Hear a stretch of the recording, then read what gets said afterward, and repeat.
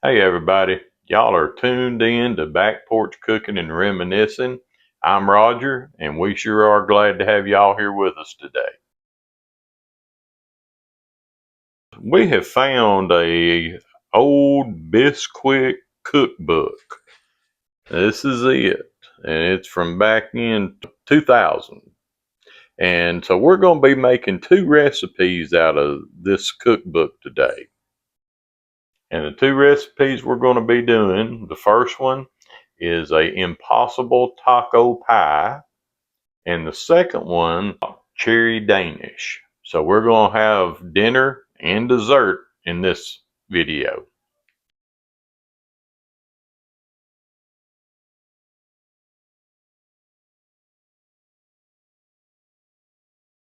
Now the first thing we're going to do to make this Impossible Taco Pie is we're going to brown a pound of ground beef.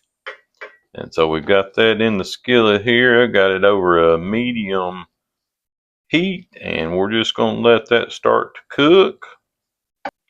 We are going to add some onions to it, and that's about a medium-sized diced onion. So we're just going to go ahead and put our onions in there and let them saute and get nice and tender as that hamburger cooks. So we've got our ground beef is browned, and we've got our onions have sauteed, and they are very tender and translucent. So the next thing we're going to do is we're just going to add in a package of taco seasoning mix. So just sprinkle that all around. Now on the package of the taco seasoning, it says to use a half a cup of water. But now we're not going to use water in this, so don't go by what the package says, okay? So now we're just going to stir this all up. Try to incorporate that taco seasoning mix in to everything. And I did drain the hamburger, so we've got all the grease out of it. And so I'm just going to mix this up and get it all stirred around. So now that we've got our burger seasoned up, you can see what that looks like. It just kind of turned it a kind of an orange color. The original recipe calls to put it in a 10-inch pie plate. We didn't have one of those, so I decided to use a 10-inch cast iron skillet. So we're just going to put the meat in that cast iron skillet.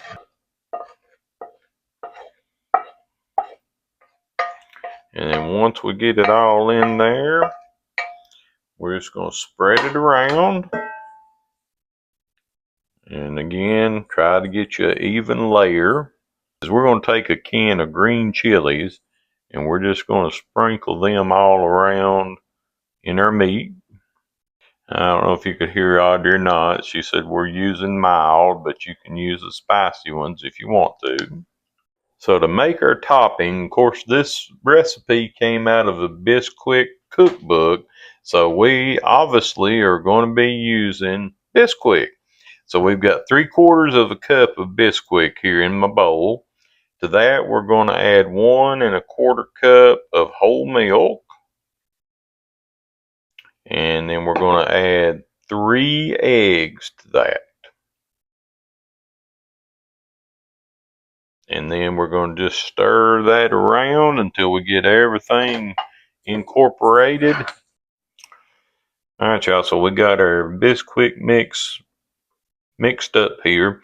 And now it is going to be lumpy, so, don't panic if it's lumpy. It's going to kind of be like a pancake batter, and once it cooks, it's all going to smooth out. So, and it's going to be a little runny. So we're going to take this and we're just going to pour it all over the top of our hamburger, onions, and our peppers. And then we're going to put this in the oven at 400 degrees for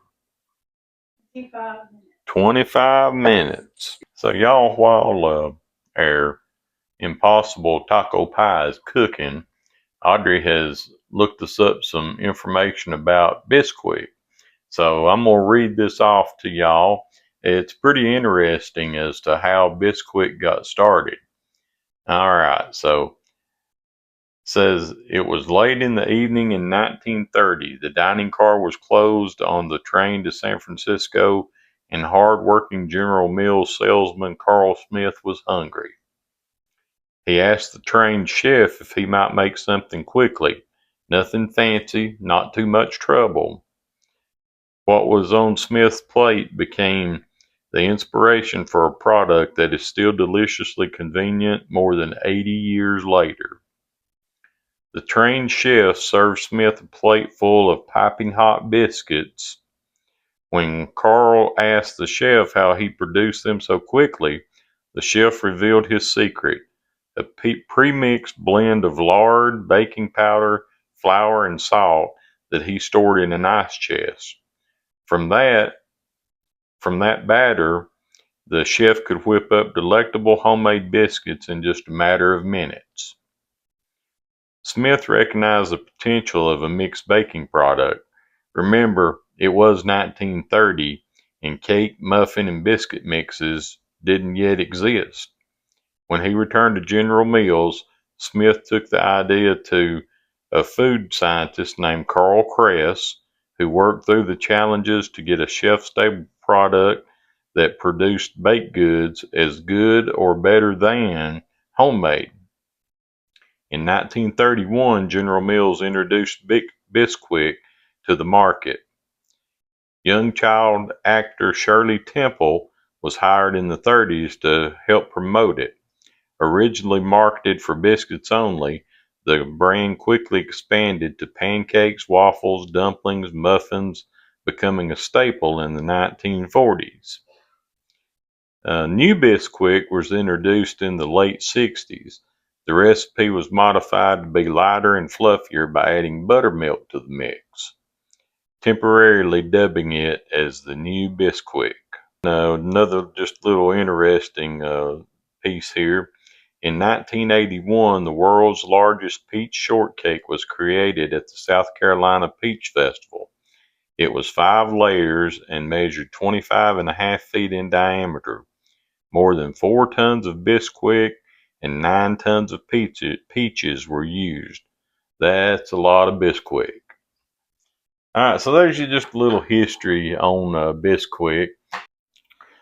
Alright, y'all, so while our Impossible Taco Pie is finishing cooking, we're going to whip up those Cherry Danishes real quick.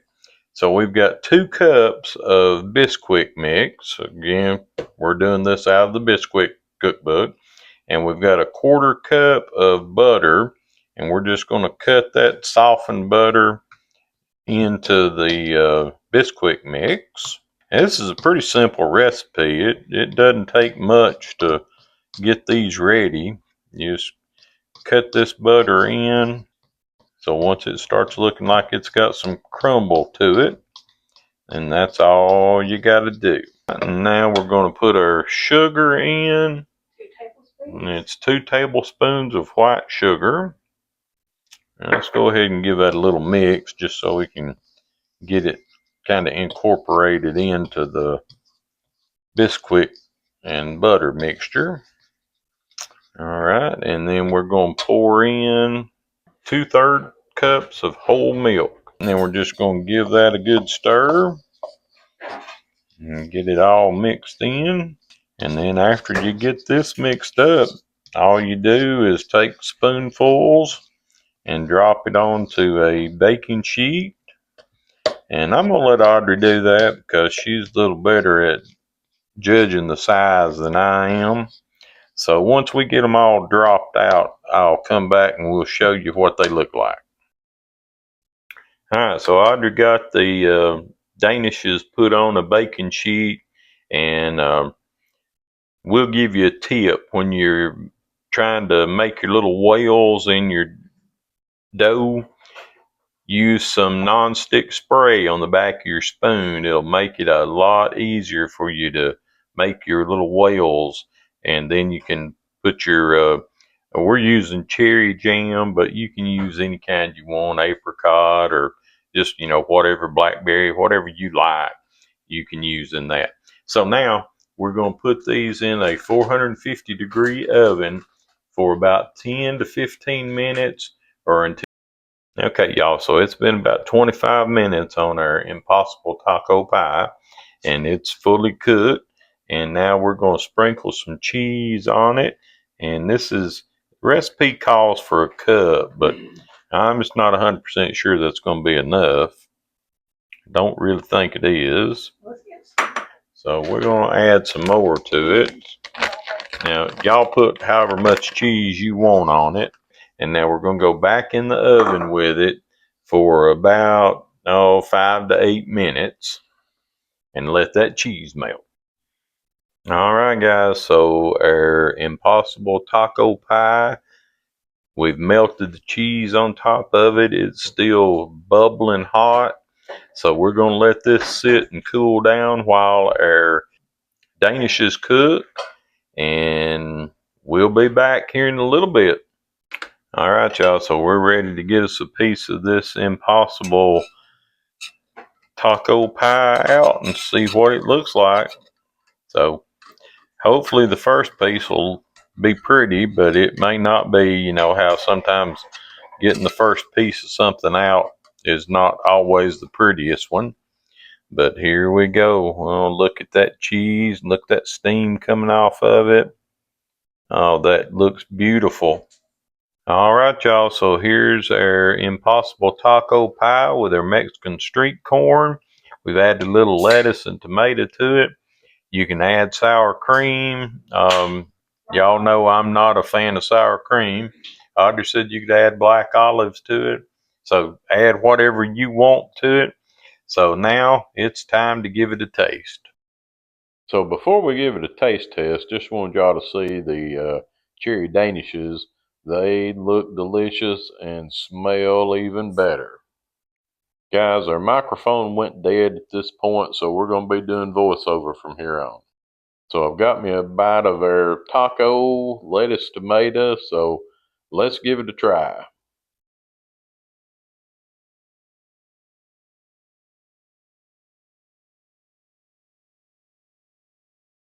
Guys, that Impossible Taco Pie is so good.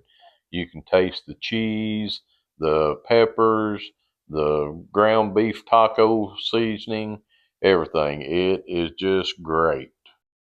This taco pie would be awesome for somebody that's on a low carb diet, keto diet, because it's meat, cheese, and some onions and peppers and eggs. So very low carb and delicious.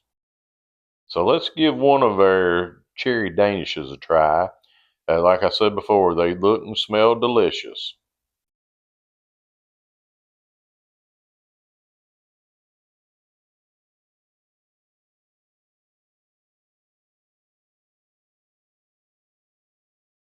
Guys, those cherry danishes are out of this world. You've got to try these. They are delicious, and you can use anything other than cherry. You can use blackberry or apricot, just whatever you like.